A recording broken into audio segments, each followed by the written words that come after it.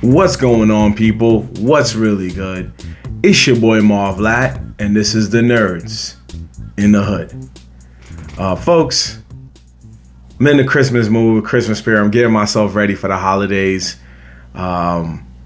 Just been watching a lot of different holiday TV specials, movies, stuff like that. Not all of them, but some. And I came across one that kept my attention. I ain't gonna lie.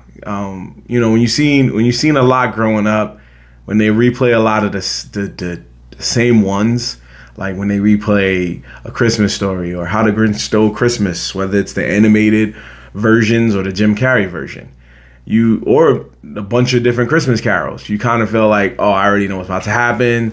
Same Christmas tropes, and we all have these debates about what's the best Christmas movie or what even makes a Christmas movie, right? Or what even is considered a Christmas movie. Allow me to take one into consideration with a film that I saw on Netflix called Carry On. Now, this film just recently came out, I think like a week or two ago on Netflix. Not too long ago. Yeah, the 13th. So by the time I'm recording this, it's probably just removed. Not just removed, just added to Netflix, like a few days in. It stars Taron Egerton, who you've seen in like Kingsman, who you've seen play Elton John, you've seen play one of the guys that helped get Tetris off the ground. He's been doing a lot of different things. He's been doing a lot of different things out here in the world. And also stars Jason Bateman, who I will talk more about in a moment. And it has a lot of other different stars that you might have seen, like Sinqua Wells or Sophia Carlson. Or who is, I gotta put some respect on her name when I get on this IMDb vibes. Also got Dean Norris, Theo Rossi, Danielle Deadweiler. Yep, gotta give her props. I saw her in The Harder They Fall. She was good. And I thought since then, I said, she's a good actress. When I seen her other stuff, like when she played Emmett Till's moms, all that stuff. Anyway, yes, so let's talk about this movie. Just recently came out on Netflix, so it's brand new. New holiday film for the new millennium, new world, new generation Z, all that. Basically, long story short, it's about a guy who named Ethan Kopech, who, he's down on his luck. He's a slacker in a sense. He tried to do the cop thing, didn't work out. He decided to just be a TSA agent in LAX airport. Life ain't really going his way. He about to be a baby father to his girlfriend, about to have a kid, and life just ain't going his way. He not striving himself, not motivating himself to get to the next level. He's just coasting through life one day at a time. And he decides, because now that he's having a kid and he needs more bread, he want a promotion, you know what I mean? Either at LAX, even though his girl's telling him to go be a cop, so he could better his life and give his life more meaning. So he's at work and he asks his boss to try to prove that he wants a raise. His boss is like, yo, fam, I'm not giving you a raise, but we'll start from there and see where it goes. And puts him in one of the most important positions in LAX, which is basically not the metal detector, the joint where you put the baggage carrier joint. You know what I mean? The joint where you put your bag through and they have to see your bag. That's what I'm talking about. That area. So basically, when he does do that, he unfortunately gets an earpiece that he finds from a girl who I found out later was in on it. And he ends up having a conversation with a man simply known as the Traveler. And this man tells him that he does not comply with his demands and do what he say. He is going to release a nerve agent that is going to, unfortunately, take out a lot of people for good. And he's also going to take out his baby moms. So, as I knocked out my mic from the excitement of this movie. Anyway, this movie has basically has a lot of like twists and turns.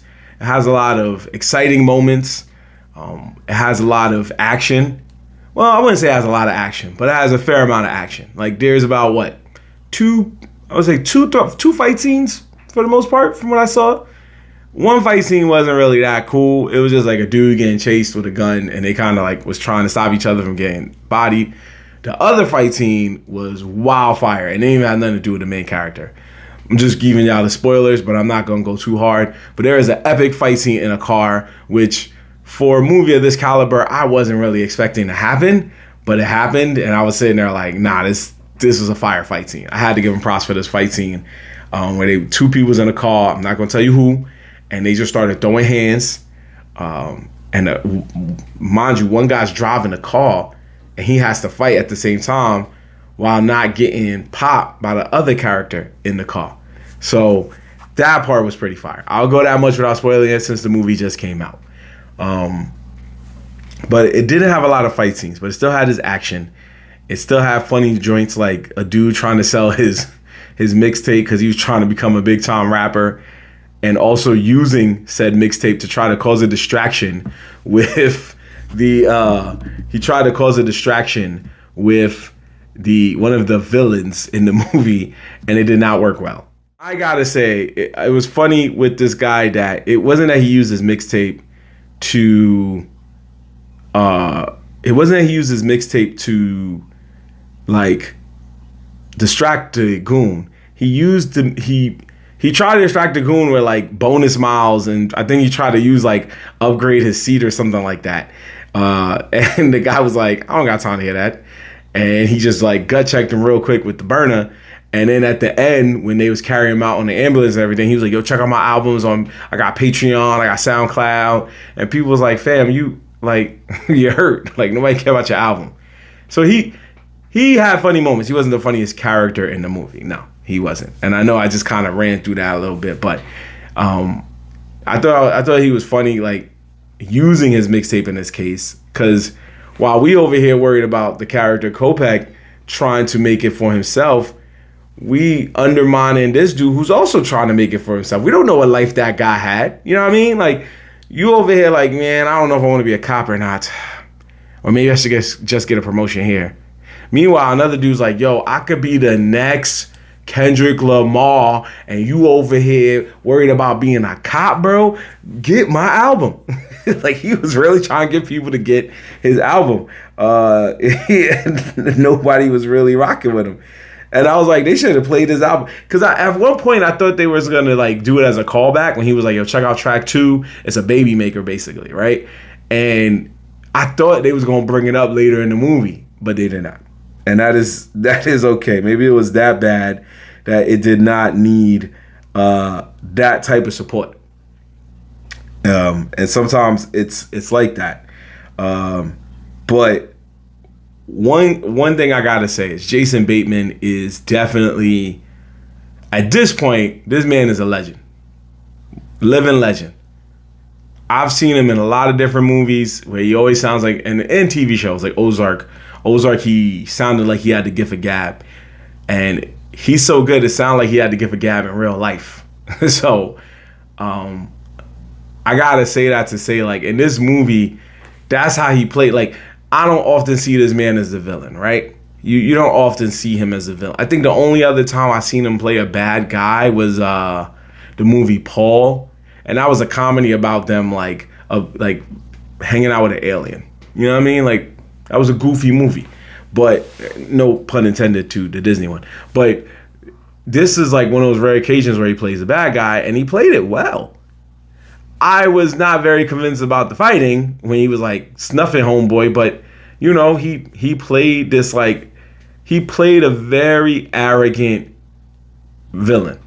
He just played this guy that was like, everything's under control. I got this. I already know what to do. I play mind games. I'm not so much the violent physical type. I'm the type that's like, I'm gonna get right inside here. I'm gonna get inside your thoughts. I'm gonna get inside your feelings, and I'm gonna twist them around and work them to my advantage. And that's what he was doing the whole time, because he kept giving Kopech the not even the illusion, just the thought. Like, yo, if you wild out in any way, shape, or form, if you rat on me in any way, shape, or form, your girl is a rat for her. And he had to keep thinking about that. Then when he thought he had the upper hand again, he was like, yo, I can take out this whole airport, bro. It's nothing. Say the word. Say nothing. I bet. And then he kept working on the fact that homie was doubting himself. And homie was down on himself. And he was like, yeah, that's what I'm talking about. You're a loser, bro. So those type of vibes was really helpful to the main character's growth in this movie, because we only had 2 hours, where he had to like make himself more of, just like get the confidence he needed. So again, not here to try to fully spoil it because it just came out, but I do have to use minor spoilers to get my point across as to how I felt about this movie. Because again, this character known as the Traveler was a real, like, he put Kopech through a lot. It was really a Batman Joker kind of vibe, just without all the deranged craziness of the Joker. Like, there was one point where he was like, yo, you need to go back to your seat to do your job. And Kopech was like, yo, fam, they kicked me off the station. What do you want me to do? He was like, well, do what you got to do, or your girl is going, I'm taking your girl out. And his best friend, who got him like basically where he needed to be for the day so he could try to get a promotion, he had to set his best friend up, which ultimately resulted in his best friend getting clipped. If you don't know what that means, look it up. Urban slang. It resulted, I'm just going to say it resulted in his best friend getting fired. And your mans was looking at him like, yo, don't ever talk to me again. We not friends no more. Basically, I'm out. He had to go through a lot like that, to the point where even his own girlfriend wasn't going to talk to him anymore. His co-workers were distrusting him and was looking at him like, something's going wrong.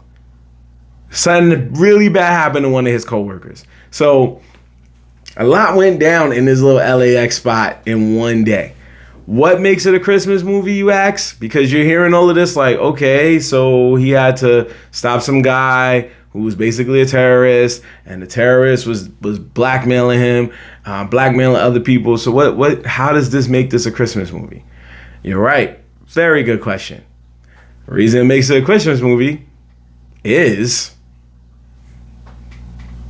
it's happening during Christmas season. That's it. Honest to God, people. This movie is taking place during the Christmas traveling season.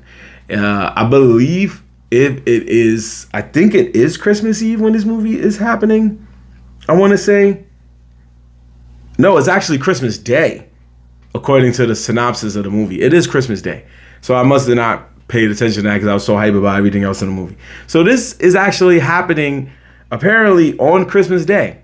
So by default, that makes it a Christmas movie. Just like Spider-Man is a Thanksgiving movie because they're eating Thanksgiving food on Thanksgiving Day. And Spider-Man has a fight during the Macy's Thanksgiving Day Parade. So I'm going to do a video about that another time. We're not going to spend time talking about it here because the world is always like, what makes certain movies a Christmas movie? And I think one of them should be the fact that it's happening on Christmas. But it's also kind of a weird vibe because it could happen on Christmas, but it could have nothing to do with Christmas. You know what I mean? So it falls under that line, but the movie does it's meant to be a Christmas movie. It starts off singing Christmas carols. The movie literally starts off like that. And it's happening on Christmas. They're saying Merry Christmas at times. They're saying Happy Holidays. So I'm going to say it's a Christmas movie. But be that as it may, the movie was really interesting. One thing I've been noticing, I've been looking for this. Like years ago, not too many years ago, but like a few years ago, there was a movie called Violent Night, which was a Christmas movie about David Harbour playing Santa Claus. And Santa Claus was doing Santa Claus things until he stumbled upon a house that was being robbed by actual terrorists. And he had to stop them. He was the only one who could stop them. So he was Santa Claus doing Die Hard stuff on Christmas. You know what I mean? And it was an interesting twist. It was not what we were expecting. This movie is similar to that because it doesn't really have much to do with Christmas in terms of like the Christmas spirit or Christmas family or anything of that nature, or people trying to make the most. The one Christmas trope I think it has is like him just regaining the confidence he needs to be a better person for him and his family. But other than that, it doesn't really have a lot of those Christmas elements. There's no gift giving, nothing like that. I mean, the villain was trying to give a gift that nobody wanted. Ha ha ha, bad joke. But other than that, there was no real like actual Christmas vibes, But is that really a bad thing? We always want these Christmas movies where it's like A Christmas Carol or it's like The Grinch. But it's cool if you get a movie like Die Hard from time to time. And this wasn't really so much like Die Hard, maybe more Die Hard 2.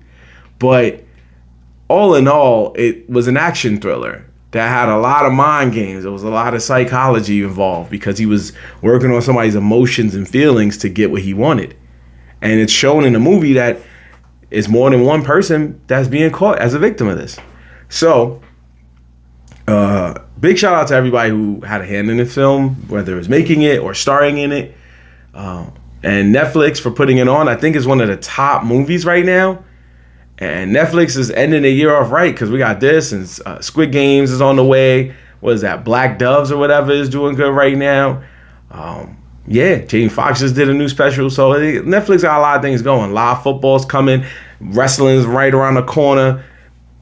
And this is added on to it. So, as our usual rating system of Nerds in the Hood, which by next year we will have a more updated version of it, we have valid, which means this is good.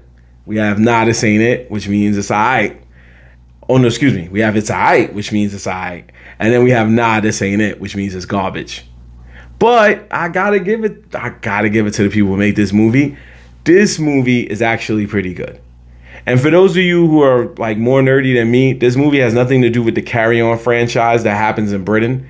It's a totally different movie. But be that as it may, this movie was really good. If you need a Christmas movie that's not your traditional Christmas movie, or you're looking for something that's just fun, action, similar to Die Hard 1 or 2, check this out. Carry On is pretty cool. And I like the way it flows. I like the way it moves. The action it's a slow burn. But then when it needs to take off, it takes off. And you got to just strap in for the trip.